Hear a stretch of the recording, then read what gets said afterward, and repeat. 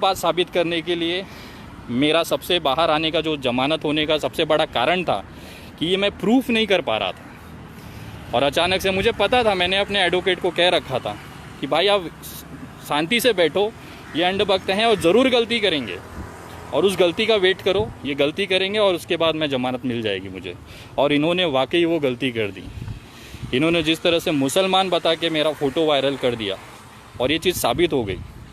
2000 साल पुराना मैंने दस्तावेज कोर्ट में वहाँ पे हाजिर किया, सारे दस्तावेज मेरे देखे गए, जिसमें कि पता चला कि मैं कितने ही सदियों से पीढ़ियों से एक हिंदू हूँ। और ये चीज़ वहाँ पे क्रैश हो गई और वहाँ पे ये चीज़ निकल के आई कि ये पर्सनली टारगेट किया जाता है। जिस तरह से उसको लेके मेरी बात साबित हो गई कि अंधभक्त जो मुझे पर्सनल मेरी फैमिली को अटैक करते हैं, टारगेट करते हैं, उसी का नतीजा है कि मैं अंधभक्तों की तबीयत से लेता हूँ।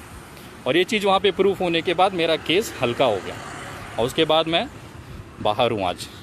और मैं उनके लिए भी धन्यवाद करना चाहूँगा। अगर आप लोगों ने ये मुसलमान वाला कॉन्सेप्ट नहीं चलाया होता तो शायद मेरी ज़मानत नहीं हो पाती, मैं लगातार 2 साल 3 साल तक जेल में रहता था। लेकिन ये आप अंधभक्तों की मेहनत है जो इस तरह से वायरल किया और उसका फ़ायदा मुझे मिला। इसके लिए मैं आप अंधभक्तों का भी धन्यवाद करना चाहता हूँ कि आप लोगों की वजह से आज मैं खुली हवा में सांस ले पा रहा हूँ। और जिस तरह से मीडिया में चलाया गया, खास करके सुधीर चौधरी जी न्यूज़ वाले भाई साहब, मुझे लगा था कि मैंने जो आपको पिछली बार बरनौल का जो ट्यूब दिया था ना, उससे आपकी जलन कम हुई होगी। और आज देखिए आप फिर से मेरा जो नाम ले लेके आपने जिस तरह से देशद्रोही तक घोषित करने की कोशिश की। देखो देश का दुर्भाग्य क्या है। देश का दुर्भाग्य ऐसा है कि एक हफ्ता मांगने वाला व्यक्ति, 100 करोड़ की घूस मांगने वाला व्यक्ति, तिहाड़ में जाके घूसखोरी के नाम पे जेल जाने वाला सुधीर चौधरी तिहाड़ी, वो दूसरे को देशद्रोही का सर्टिफिकेट बांट रहा है। अरे सुधीर भाई, मैं आपके जैसे हफ्ता मांगने के इल्ज़ाम में जेल नहीं गया था। मैं आपके जैसे देश को बेचने का, पत्रकारिता के नाम पे देश को बेचने के लिए, पैसे मांगने के लिए जेल में नहीं गया था। मैं जेल में गया था क्योंकि मेरे मजदूर भाई भूखे थे। मैं जेल में गया था कि उनके घर पे राशन का एक दाना नहीं था। मैं जेल में गया क्योंकि मुझे उन मजदूरों को भूखे मरते नहीं देखना था। यही फ़र्क है आप में, एक दलाल पत्रकार में और एक विनय दुबे में। और मुझे लगा था कि पिछली बार जिस तरह से आपने दिल्ली चुनाव में जनता को ये कहा था, क्या कहते हैं कि मुफ्त खोर है दिल्ली की जनता, अरविंद केजरीवाल की चुनाव जीतने के पहले। उसके बाद मैंने आपको बरनौल गिफ्ट किया था। मेरी वीडियो यूट्यूब पे है, जिसको चाहिए वो देख सकता है। मुझे लगा था आपकी जलन कम हो गई होगी, लेकिन ऐसा लग रहा है कि शायद मुझे बड़ी वाली ट्यूब भेजनी चाहिए थी। और टेंशन मत लीजिए, बिंदास टेंशन मत लीजिए, अगले कुछ दिनों में कुरियर करने की कोशिश करता हूँ। आपको एक बड़ा वाला 1 किलो का बरनौल भेजता हूँ। लगाओ सुधीर भाई, आपको आराम मिलेगा। और विनय दुबे ऐसे ही लेता रहेगा, जहाँ पे भी गलत होगा वहाँ पे विनय दुबे आवाज़ उठाता रहेगा। और तुम जैसे लोग ना तो देशद्रोही का शब्द ही मत बोलो रे। तुमसे जैसा बिकाऊ देश को बेचने वाला इस देश में नहीं मिलेगा।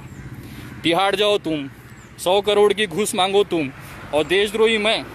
मजदूरों की आवाज़ उठाना देशद्रोह है। अगर मजदूरों की आवाज़ उठाना देशद्रोही है तो मैं हूँ।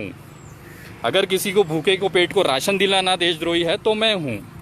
मैंने यूट्यूब पे बहुत सारी वीडियोस देखी कि बहुत सारे मजदूरों ने जगह जगह वीडियो बना के पोस्ट किया, डाला कि आज उत्तर भारत के, खास करके उत्तर प्रदेश, बिहार और पश्चिम बंगाल के मजदूरों ने, कि कोई तो है विनय दुबे करके जो हमारे परिवार के लिए, हमारे लोगों के लिए वहाँ पे खड़ा है।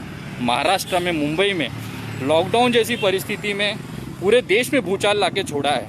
तब कहीं जाके सरकारें जागी हैं, तब कहीं जाके ये ट्रेनें और बस चलाने की बात शुरू हुई है। नहीं तो ये लोग यहीं भूखे मर जाते हैं।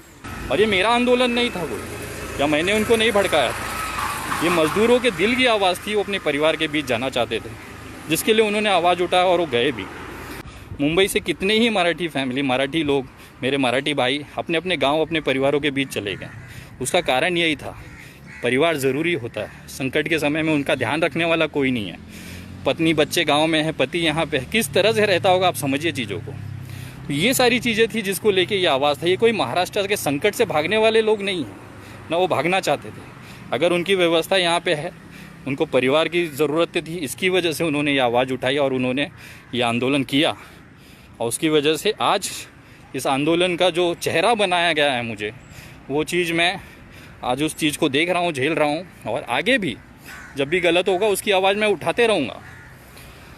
जिस तरह से मुझे राजनीतिक शिकार कराया गया कि मेरा राजनीतिक दलों से संबंध है, मेरे नेताओं से संबंध है, तो मैं आज आप लोगों को बताना चाहता हूं कि मेरे व्यक्तिगत संबंध लगभग सभी पार्टियों से हैं।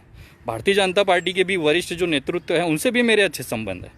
शायद ही कोई पार्टी होगी जिसमें मेरे संबंध ना हो, लेकिन पार्टी से जुड़ना और एक संबंध होना, एक व्यक्तिगत पर्सनल रिलेशन होना और संबंध होना, ये दो अलग चीज़ होती है। 2012 में मैंने चुनाव लड़े राष्ट्रवादी से, लेकिन उसके बाद रिज़ाइन करने के बाद और उसके बाद राष्ट्रवादी कांग्रेस पार्टी से मेरे कोई संबंध नहीं रहे।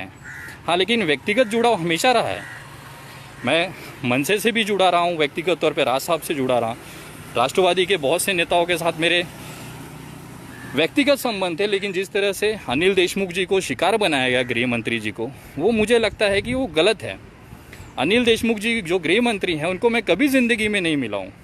मेरे पिताजी एक ऑटो ड्राइवर हैं जिन्होंने अपनी आजीवन की जो पूंजी बचा के रखी थी उसमें से 25,000 रुपये वो दान देना चाहते थे उस भूमि को, जिस भूमि पे उन्होंने पूरी ज़िंदगी दी है, जिनका जन्म इस भूमि पे, महाराष्ट्र की भूमि में हुआ है।